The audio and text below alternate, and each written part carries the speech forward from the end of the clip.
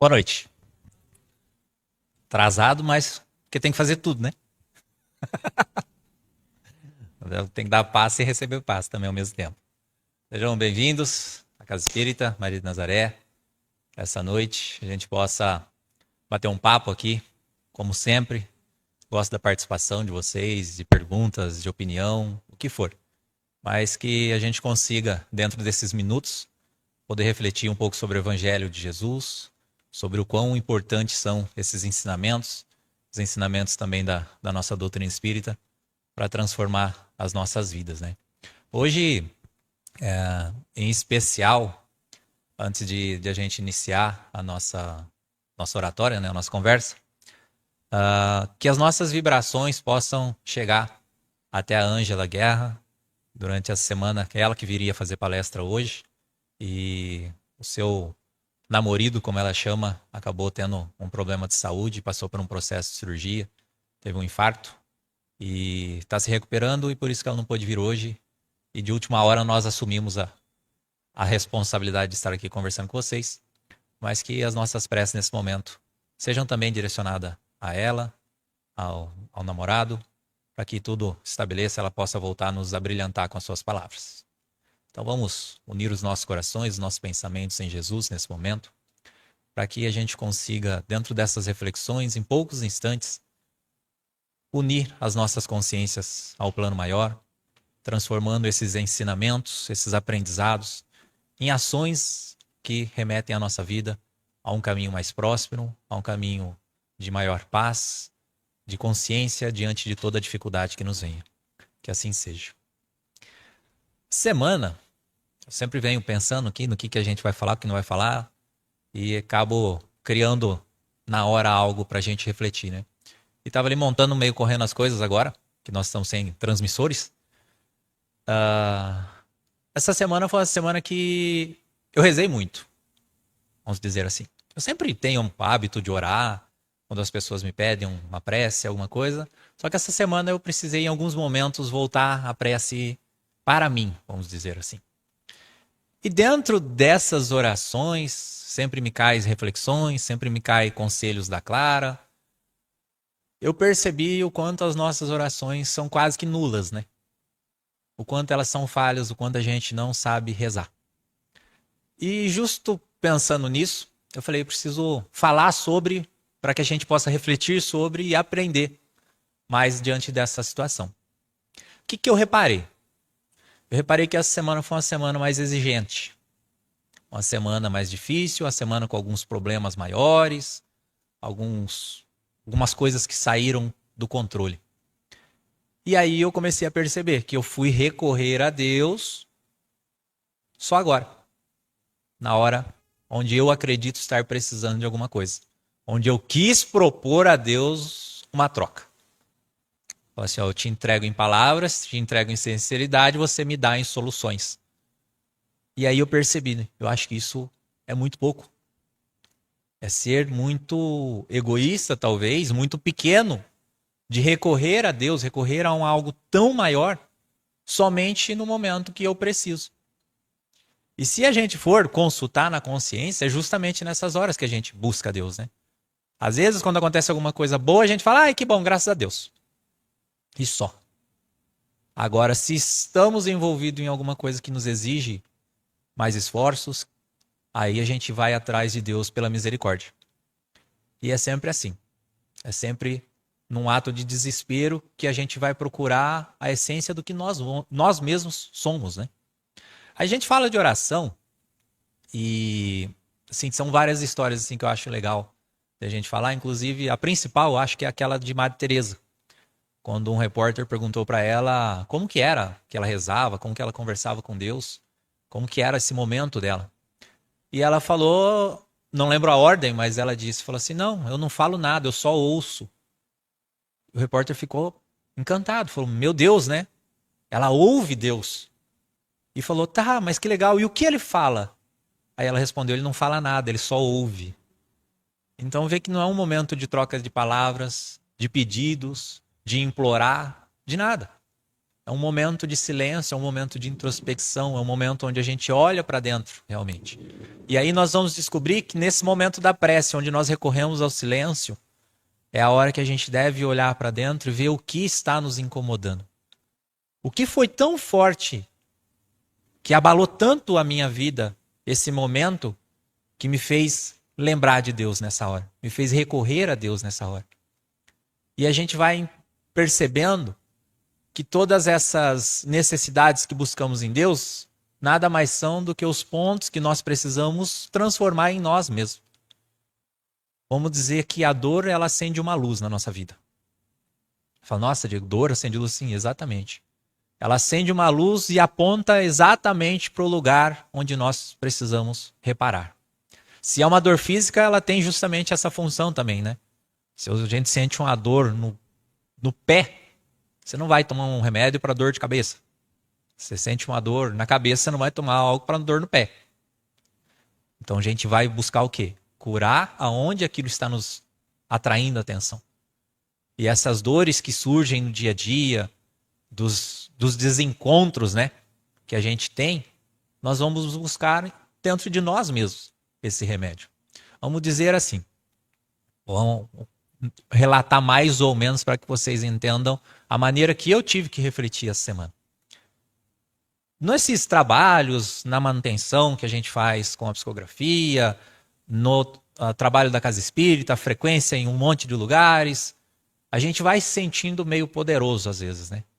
Poderoso no sentido de falar, nossa, eu estou bem, sou uma pessoa inabalável, estou aqui junto a Jesus, eu não erro, né? Eu não falho mais. E aí, de repente, por uma coisa que acontece na nossa vida, a gente vai e deixa escapar toda aquela evolução que a gente acreditava ter. A gente, de uma hora para outra, põe para fora tudo, assim, coisas que estavam guardadas em nós que nós nem lembrávamos. E aí na Bíblia fala que a boca fala daquilo que o coração está cheio.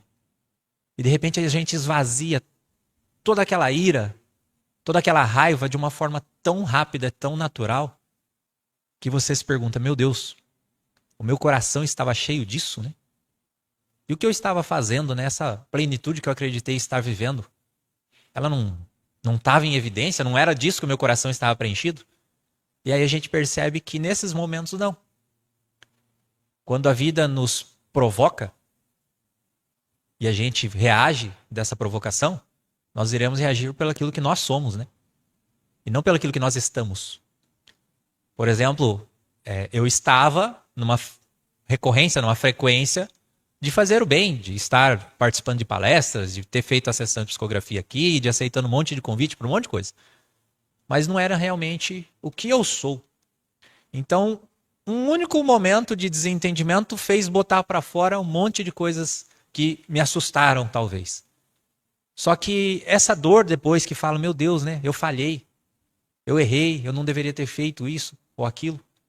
Essa dor, esse remorso, esse ressentimento apontam em mim justamente essas feridas que eu não estava dando atenção. Que eu não as curei. Que eu não as transformei em algo diferente. Eu simplesmente deixei ela de lado para criar um hábito de fazer o bem. Então a gente passar por essas quedas, vamos dizer assim, né? Faz com que a gente se aproxime de Deus. Não por se reconhecer fraco, que às vezes a gente fala, buscar a Deus, eu tenho que me prostrar, eu tenho que me ajoelhar, eu tenho que me humilhar. E eu tenho certeza que Deus não espera isso de nós. Se Deus quer homens fortes, pessoas vigorosas, virtuosas, a última coisa que Ele quer de nós é as lamentações.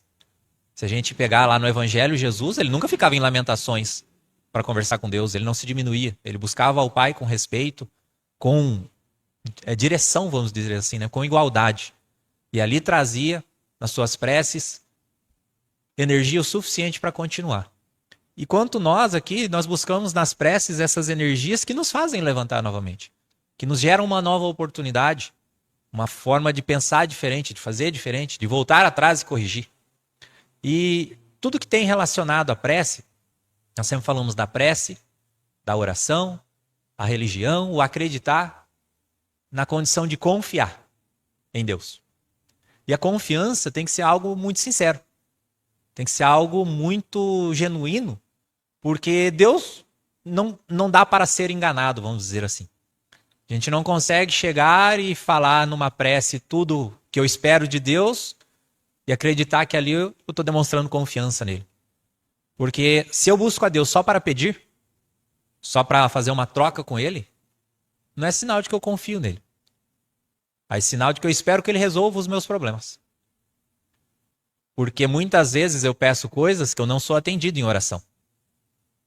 E aí eu passo ao quê? A desconfiar de Deus, se ele está realmente comigo ou não, né?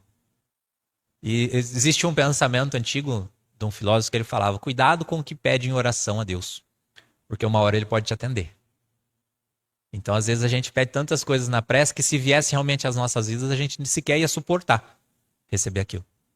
E esses tempos atrás, durante a conversa com a pessoa, me veio uma situação de uma confiança que é clara na rua, assim, que eu falo, vale a pena até conversar publicamente, porque foi um negócio que me tocou, realmente. E falava nessa questão da confiança, tipo assim, olha, quando a gente vai a Deus, ora num momento de desespero e pede para que ele solucione alguma coisa, eu não estou demonstrando confiança nele. Aí a pessoa falou assim, mas como assim? Eu falei, olha, vamos pensar. Se nós estivermos nas nossas casas, entrasse um assaltante armado.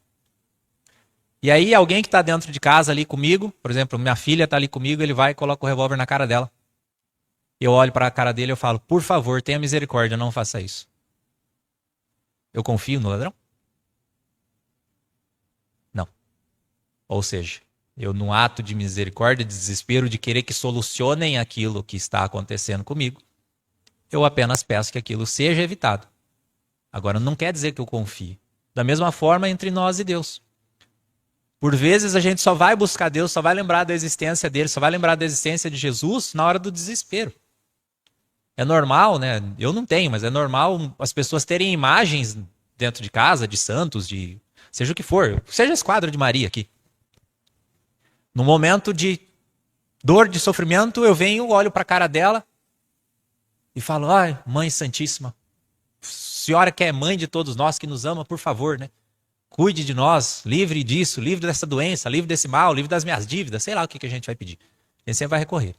Isso é uma forma de se aproximar dela?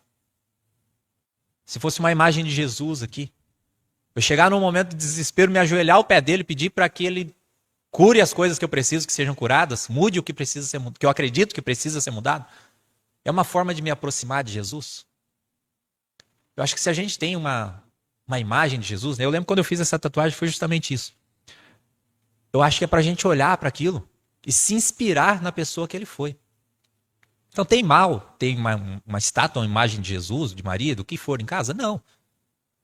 Tudo vai depender de como eu vou olhar para ela.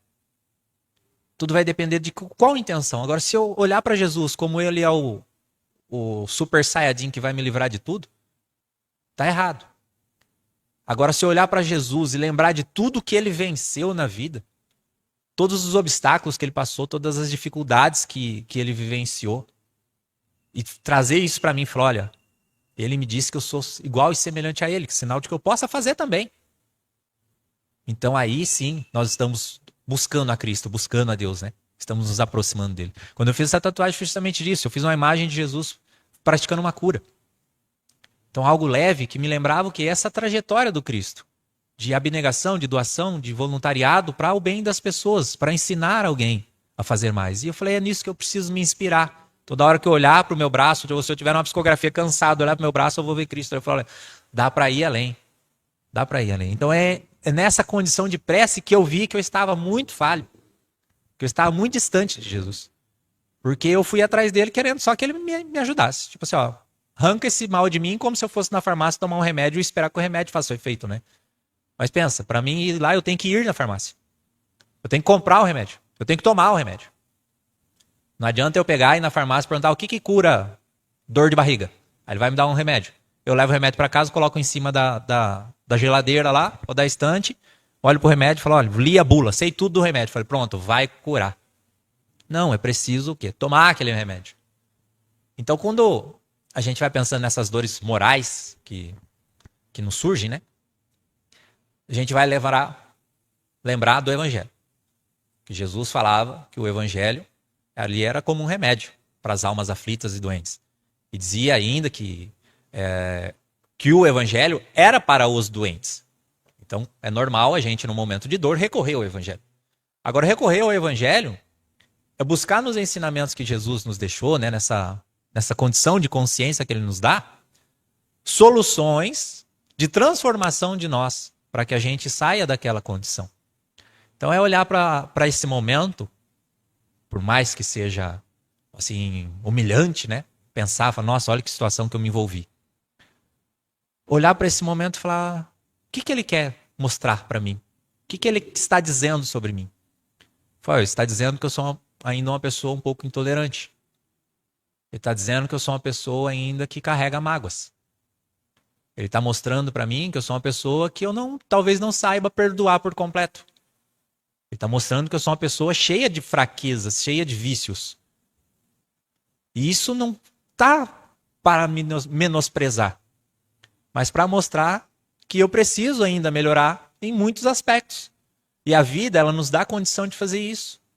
As oportunidades, né, nos dão condição de fazer isso. E qual que é a oportunidade maior que nós temos na vida? Um dia. O nosso hoje, o nosso presente. Outro dia eu estava assistindo um podcast, nem lembro sobre o que era, mas era uma conversa entre algumas mulheres ali. E aí ela fez uma pergunta para as pessoas e falou, o que falta? Você é completamente feliz? Ah, só vivo bem e tal, mas podia melhorar. Tá, mas o que te faria bem? Ter $1 milhão na conta hoje te faria bem? A pessoa na hora já abriu aquele sorrisão, né? Falou, nossa, com certeza ia melhorar muito, né? Nossa, minha vida com certeza ia mudar. Aí ela pegou e falou, tá, e se Deus te desse $1 milhão agora na sua conta, só que ele te dissesse que esse era o seu último dia, amanhã você já não vai mais acordar nesse plano. Aí a pessoa falou, não, então não. Pô, mas espera lá. Por que não? Acordar vale mais do que $1 milhão? Porque é isso que você está dizendo. Foi, então por que nós não agradecemos o fato de acordar todos os dias? Não reconhecemos o valor que tem um dia a mais na nossa vida. Porque se ontem eu errei, se ontem eu tive algum deslize, se eu falhei de alguma forma, o hoje não existe para eu ficar lamentando aquilo lá. Deus nos concede um dia a mais para que a gente possa corrigir. Lembra lá de Santo Agostinho, quando ele fala, todas as noites consulta a própria consciência. Olha para si e fala, o que eu fiz de errado hoje? O que eu fiz de certo? Guarda os ensinamentos da vida para o próximo dia. Acorda com a consciência novamente e fala, hoje eu vou tentar fazer diferente. Eu vou somar tudo aquilo que eu vi que eu fiz de bom e tentar fazer ainda mais. E vou pegar aquilo que eu fiz de errado e não vou esconder, ou não vou carregar como um fardo. Eu vou pegar como um aprendizado. Falar, olha, aquilo ali não é legal, então não vou mais fazer. Vou tentar não fazer novamente. Então, todos os dias a vida nos presenteia com uma coisa que não possui valor. Não possui valor material, não há nada no mundo que compre um dia a mais na nossa encarnação. E a gente sabe o valor de um dia a mais. Quando que a gente sabe o valor de um dia a mais? Quando alguém que a gente ama já não está mais do nosso lado. Aí a gente vê o valor que um dia tem na nossa vida. Porque a gente fala, poxa, eu queria só mais um dia com essa pessoa. Então Chico, quando ele acordava de manhã, eu acordava na hora contrária, né? Chico ia dormir e ele dizia que a prece dele, ele falava com Jesus. Jesus, me dá só mais amanhã. Depois o senhor pode me levar. Aí na noite seguinte, me dá só mais amanhã. Depois o senhor pode me levar. Esse era o pedido de Chico, porque ele sabia que um dia mais na vida dele ele poderia fazer muita coisa. E um dia mais na nossa vida, a gente pode fazer muita coisa também.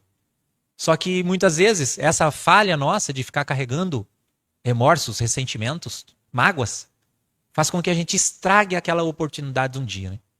Em vez de a gente pegar o aprendizado e transformar ele numa modificação íntima, pessoal, que é para isso que nós estamos aqui, para nos reformarmos, a gente acaba arrastando fardos e fardos e fardos de lamentação que não nos constrói. Só nos impede, na realidade, de evoluir. Né? Só faz com que a gente tenha um peso a mais na nossa vida que entrava o nosso progresso. Eu já falei várias vezes em oratórias que se você pegar a história de todos aqueles que têm alguma ligação com Cristo, todos os apóstolos, inclusive Paulo, Maria Madalena, que não era considerada uma apóstola também, todos eles têm alguma coisa no passado. Todos eles, em algum momento, tem algum problema que viveu, uma personalidade mais rígida, algum erro que fez. Tem alguns que mataram pessoas. Só que em momento algum da história deles, quando são narradas no Evangelho, são contadas por eles, são vivenciadas, você ouve eles se lamentando disso. Porque entendiam aquilo que Jesus falava. Jesus chegava e falava, vá e não volte a errar. Deixe tudo para trás e siga seu caminho, siga sua vida. Ou seja, deixa esse erro para trás, isso aí não te resume. Não é você. Foi apenas um fato. Mas não me resume, ele não me qualifica, ele não me define. E a gente ficar carregando essas coisas adiante, não faz com que eu olhe para mim realmente com os olhos que eu deveria olhar. Não faz com que eu me reconheça como um ser em progresso, em evolução, capaz de superar essas dificuldades. Porque eu sempre vou ficar esperando que alguém venha fazer por mim se eu ficar na lamentação e pedindo para Deus solucionar. Eu sempre vou ficar dependendo do outro vir e fazer alguma coisa por mim. Eu não consigo mudar minha vida porque é culpa do outro do passado. Eu sofri isso, eu passei por isso, aconteceu isso na minha vida, é por isso que a minha vida não dá certo. E a gente vai terceirizando a responsabilidade que é nossa de nos transformarmos, de nos modificarmos. Tudo que está presente no nosso passado é lição, e não fardo. Todas as pessoas que estão envolvidas na nossa vida, independente da maneira que a gente enxerga o que elas fizeram ou não a nós, são pessoas que estão nos ajudando. Nos ajudando. E eu falo que aquelas que nos testam, que aparentemente nos fazem mal, são as que mais nos auxiliam. Porque elas sim vão mostrar esse lado que estava guardado dentro de mim, que eu não estava dando atenção. Ou seja, eu estava morno, né? Eu estava passando por uma santidade, né? Por um ser inabalável, só que dentro de mim eu estava carregando outra coisa. E isso vir à tona num dia ruim, numa semana ruim, a gente expressar sentimentos assim, faz com que a gente olhe novamente para nós. Fala, olha, por algum momento, esse meu estado de paz estava mais ligado ao meu orgulho do que realmente à minha condição espiritual. E foi o que eu reparei. Falei, essa semana, esses tempos, estava mais atrelado à minha vaidade, à minha vaidade espiritual do que realmente à minha evolução espiritual, né? Então, isso que a gente precisa nos atentar. Olhar para Deus de uma forma mais próxima, olhar para nós com uma forma mais amorosa. Porque a gente se julga muito, né? É importante ter uma crítica pessoal, mas normalmente nós nos julgamos demais. Nós acreditamos que nós não somos capazes, nós acreditamos que nós somos fracos, nós acreditamos que nós não temos fé, não temos força, não temos condição nenhuma, né? Observamos outras pessoas que parecem estarem resolvidas e falar, olha lá com que facilidade que atravessa a vida, né? E eu aqui penando por coisas tão simples. Mas se a gente for olhar pela ótica da doutrina, todas aquelas pessoas, se elas realmente são aquilo que elas estão demonstrando ser, é porque elas já passaram por esse estado que nós estamos hoje. E assim como olhar para uma estátua de Jesus, nós podemos olhar para elas também e reconhecer méritos e não invejá-los. Hoje nós estamos na moda, né, de invejar, de copiar as pessoas. A gente olha a rede social e acredita que o que está postado ali é a plenitude da vida da pessoa, que ela é aquilo ali. Não, aquilo ali é o que ela escolheu mostrar para os outros. E essa busca de viver outra situação, viver a vida de outra pessoa, é de querer ter o que a outra pessoa tem, de querer ser o que a outra pessoa é, nos distancia ainda mais de Deus. Nossa, mas por quê? Por quê? Porque nos afasta de nós. A gente sai procurando Deus na vida do outro, porque acha que é uma pessoa abençoada, né? Nossa, a vida dela dá tudo certo. Deus abençoa ela e a mim não. Então nós estamos nos afastando de Deus nesse momento. A nossa consciência, né, acaba se desligando. Porque a gente entra num personalismo que não é nosso. E viver algo que não é nosso faz a gente se perder a si mesmo. Ontem no grupo de estudos aqui, eu nem lembro qual que era o assunto, mas a gente entrou nessa ocasião, nessa frase. E eu falei, não existe dor maior na vida do que perder a si mesmo. Porque quando a gente perde outra coisa, ou perde alguém, essa pessoa vai mostrar em nós aonde tem vazios. Que a presença dela preenchia. Mas aí a ausência dela faz aparecer vazios em nós. Que a gente não consegue se preencher sem aquilo. E aí joga a culpa na pessoa de novo. Mas agora, quando nós nos desencontramos de nós mesmos, perdemos a nós mesmos, não existe coisa pior. Por quê? Porque só depende de nós também, esse encontro, essa busca. Eu falo que isso é maravilhoso. Porque se dependesse de mais pessoas, seria preocupante. Se eu precisasse de mais alguém para transformar o que há dentro de mim, seria preocupante. Porque se essa pessoa não quiser, aí eu estou lascado. Agora, como depende só de mim, basta eu querer. Basta eu me esforçar. Então, vê que aí nós vamos encontrar o Deus aonde? Dentro de nós, onde ele fala que está. As suas leis estão na nossa consciência, agora a sua centelha está no nosso coração. E buscando Deus dentro de nós, no olhar para nós com humildade, sem julgamento, como eu vinha falando. Olhar assim e falar, não, é tudo no tempo que tem que ser. As coisas acontecem na hora que tem que acontecer e eu vou compreender no tempo que eu tenho que compreender. Mas eu preciso ir em busca disso, esforçar-me para que eu possa compreender mais.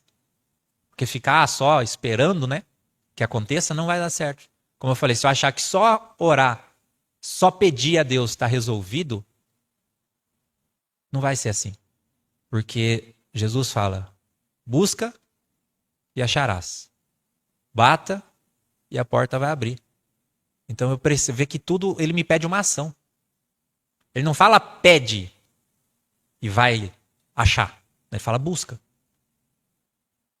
Não é só deseja, queira que está tudo certo. Já está dado. Não. É busca. Bata. Haja, né? O amor é ação, né? O amor é verbo. E para um verbo funcionar, ele tem que ter uma ação. Então, amar alguém, eu preciso de atitude. Amar a si mesmo, da mesma maneira. Não dá para me amar só me penteando. Não dá para me amar só comprando roupa nova. Não dá para me amar me dando um carro novo. Isso são realizações materiais. Agora, o que nós estamos construindo dentro de nós? O que nós estamos fornecendo, né, dessa pessoa que eu quero ser? Foi outro assunto de ontem do estudo também. Falei, quando a gente para na nossa vida e fala assim, a gente deveria se colocar nessa condição todos os dias. Falei assim, se eu fosse desencarnar, soubesse agora do meu desencarne, de que maneira eu gostaria de estar? De que forma espiritual, em qual condição, o que eu gostaria de ter feito que colaborasse com a vida de quem vai ficar aqui. Então é essa pessoa que eu penso lá no final que eu devo colocar como meta na minha vida. É aquele ser calmo, tranquilo, evoluído, que não vomita mais palavras ruins nos outros, que não se estressa mais com qualquer situação, que não tem uma intolerância grande com algumas situações. É esse ser que eu tenho que buscar. Tá? E qual que é a diferença minha a ele? São tais aspectos, são tais situações. Então são esses caminhos que eu preciso transformar em mim, porque aquela pessoa que eu sonho em ser, só depende de mim construí-la. E sem o autoconhecimento, sem o reconhecimento daquilo que nós somos, estamos nesse momento, vai ficar difícil. Por quê? Porque a gente não sabe nem por onde começar. Ah, tem que fazer coisa que se agrada. Tá, mas o que eu gosto? Eu gosto do quê? Ontem o rapaz ainda falou uma frase aqui, né? Eu sempre esqueço o nome do menino que está estudando conosco. Odilon. Odilon pegou e fez um comentário e no meio da frase dele falou, porque a gente tem que, não sei o que, a gente tem que. Eu falei, cara, você falou a frase chave. Porque a gente coloca na nossa cabeça a ideia de tem que fazer alguma coisa. Tipo, para mim ser uma pessoa boa, eu tenho que ter um carro mais novo que o do outro. Para mim ser melhor que o outro, eu tenho que estar melhor vestido. Eu tenho que ter alguma coisa. Eu falei, durante o estudo, eu falei, prestou atenção no que você mesmo falou, né? A gente cobra muito disso. Falei, tá, para mim ser bom, eu tenho que frequentar a casa espírita, eu tenho que frequentar uma igreja, eu tenho que ter uma religião. Quem disse? Eu conheço muito ateu que é melhor que muito religioso fanático. Conheço pessoas sem instrução acadêmica nenhuma, que tem muito mais sabedoria do que muito doutor por aí. Então essa ideia da formação material nossa aqui, ela vai nos ajudar para as questões materiais. São necessárias, óbvio. Mas até que ponto? Agora, se eu não encontrar em mim o que eu tenho que modificar, a gente vai ficar nesse lamaçal sempre. Vai ficar correndo atrás do rabo, né? Vamos dizer assim, não há evolução. Não há progresso se nós não agirmos em favor de nós mesmos. Então, fazer o bem para o outro, fala, nossa, Diego, então quer dizer que eu tenho que abandonar tudo e fazer só para mim agora? Não. Fazendo pelo outro, nós estamos fazendo por nós mesmos. Lembra quando Jesus fala? Quando fizerdes ao próximo, fizerdes aos mais pequeninos, é a mim que está fazendo. Então, se nós fazemos ao próximo, estamos fazendo a Jesus, estamos fazendo por nós também. Então, é reconhecer em algum ato, alguma caridade, alguma bondade, seja lá qual for, a necessidade que nós temos de realizá-la, isso, para nos transformarmos. Não é um ato filantrópico. Precisa ser um ato de amor mesmo. Uma busca realmente. Assim, eu vou buscar na caridade melhorar o nível de pessoa que eu sou. Porque automaticamente eu vou começar a me envolver com outras situações, com pessoas diferentes, pensamentos diferentes, vidas totalmente distintas da minha. Estão fora daquele meu controle aqui, né? Do meu círculo. E aquilo vai me ensinando. Vai ensinando a agir como? Dentro de casa de coisas melhores. Porque às vezes a gente vem na casa espírita e tolera tudo, né? Tolera até cuspida na cara, né? Agora, e se fosse dentro de casa? Já sai até facada.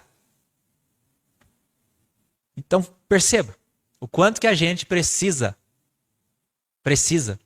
conhecer-se, encontrar realmente essas fraquezas que nós estamos vivendo ou que nós possuímos ainda. Não ter vergonha de errar. Mas também não ter vergonha de reconhecer o erro. Porque o reconhecimento é o primeiro passo para a transformação. A gente pega nas obras espíritas, por exemplo. Fala, outro dia eu estava brincando com a Mari, né, Mari? Quando a gente assistiu o Mensageiros, eu falei, ó, guarda 2 palavras aí para ela. Ela falou, qual? Eu falei, misericórdia e piedade. Eu falei, por quê? Eu falei, André Luiz, quando estava lá, ele gritou piedade, apareceu ajuda. O Otávio estava lá todo ferrado, ele gritou misericórdia, apareceu ajuda. Eu falei, guarda as 2. Então vê que parece que é isso, mas não é. Quando a gente vai conhecendo como é a consciência espiritual dessa ligação com Deus, é no momento que nós reconhecemos que precisamos de ajuda e não no momento que nós imploramos por ela. Ambos estavam ali numa condição de orgulho muito grande. Naquela situação triste de orgulho muito grande. E aí quando eles reconhecem que precisa de ajuda, quando eles reconhecem que precisa de algo mais, reconhecem que precisa de alguém para ajudar naquele momento, na sua transformação, ela vem. Mas antes disso, não. E quantos de nós vivemos o umbral deles aqui encarnados já? Por não reconhecermos, não aceitarmos muitas vezes essa ajuda que nós precisamos. E essa ajuda não é uma ajuda que venha solucionar o que eu preciso resolver, mas uma ajuda que ampare, que direcione. E direção igual Jesus nos dá, igual o Evangelho nos põe, não existe. Então vê que está tudo ali. De graça, né? À nossa disposição. Só que quanto tempo na nossa vida a gente dispõe para isso? Faz as contas do tempo que nós ficamos acordados durante o dia. Quantos momentos do nosso dia a gente se dispõe a olhar para nós, a cuidar do corpo, da saúde mental principalmente? Não é só ir na academia se regaçar, não. Quando que nós paramos para conversar conosco mesmo? Para sentir o que o coração está carregando naquele dia? Quantos minutos a gente para fazer uma meditação, respirar? Quase nada, né?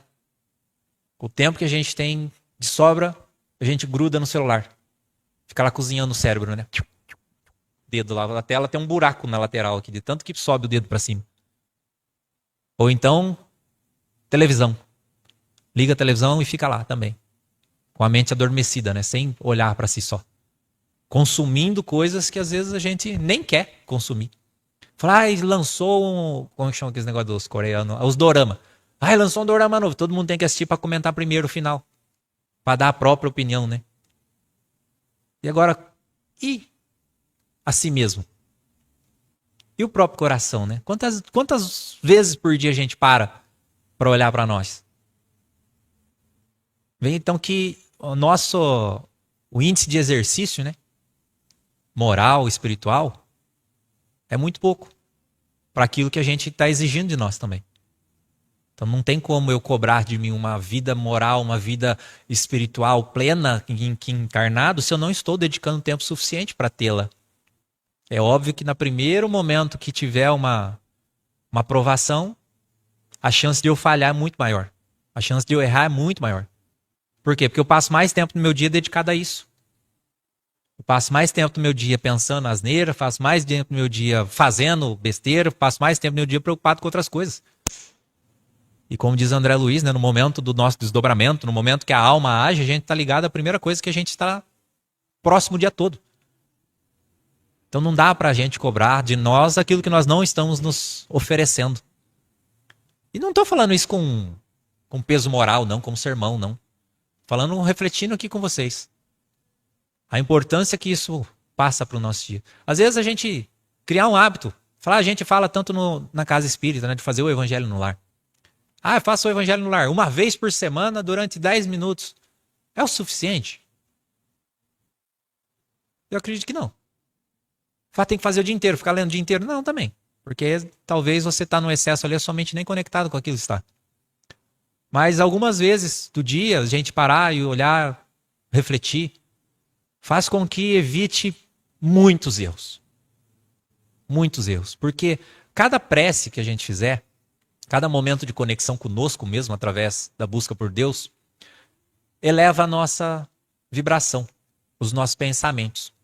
Automaticamente vai melhorar a sintonia dos espíritos que estão ligados a mim naquela zona. Vai melhorar o ambiente onde eu estou. E óbvio que isso vai transformar a situação. Dificilmente você vai chegar numa pessoa... Por que aqui na casa espírita é tão difícil tirar alguém do sério, né? Porque a pessoa que ela veio numa busca, numa sintonia, uma vibração diferente. Eu é fácil arrancar do sério, viu? Você já viu cada PT meu aqui dentro que vocês nem imaginam. Mas as outras pessoas, então. Elas vêm aqui dentro e é tudo tolerável, é tudo aceitável. Por quê? Porque ela está num momento de meditação. Então, tirar ela daquela sintonia se torna mais difícil. E se a gente colocar isso como uma prática no nosso dia a dia, na nossa vida, vai se tornar mais difícil também. Impossível? Não. Mas se torna mais difícil. A Clara, esses dias, mandou algumas mensagens que ela repetiu várias vezes. Ela falava sobre a questão da fé, de ter a religião, de ter a confiança em Deus, de ser uma pessoa espiritualizada. Isso evita de que a vida venha e te traga alguma dor? Com certeza não. Mas te prepara para não reagir mal diante delas. Porque tudo é sobre como nós reagimos, não sobre o que acontece conosco. A nossa vida é reflexo das nossas ações, é reflexo das nossas escolhas, e não do que acontece com a gente. O que acontece para a gente são propostas de melhoria, vamos dizer assim, da nossa evolução enquanto estamos aqui. Agora, como nós vamos reagir ao que acontece com a gente, são os nossos amanhãs. Todos os dias a gente que constrói a história do amanhã, como eu falei. Uma bênção que nós temos não reconhecemos é o fato de acordar, de ter uma nova oportunidade. E às vezes eu estou lamentando hoje tudo que eu errei ontem. E eu não estou preocupado hoje de que amanhã eu vou estar lamentando que eu estou errando hoje. Ou que eu estou fazendo hoje. Aquilo que Chico fala, né? Que Emmanuel fala muito verdadeiro, né? Desconhece uma pessoa, um espírita, que deveria ter consciência sobre a vida espiritual, que chega no plano espiritual e está tranquilo com a sua consciência de tudo que fez. Todos eles lamentam o tempo perdido. E eu acho que é uma grande perda de tempo, né? Ficar remoendo coisas. Quando nós poderíamos estar consertando-as através da autotransformação. Então, que a gente possa refletir sobre a nossa maneira de orar, refletir sobre qual motivo buscamos a Deus, pensar na forma de nos sintonizarmos com Ele, olhar para nós com mais carinho, com mais amor, com menos peso, menos cobrança. A gente exigir de nós sermos melhores é alguma coisa, né?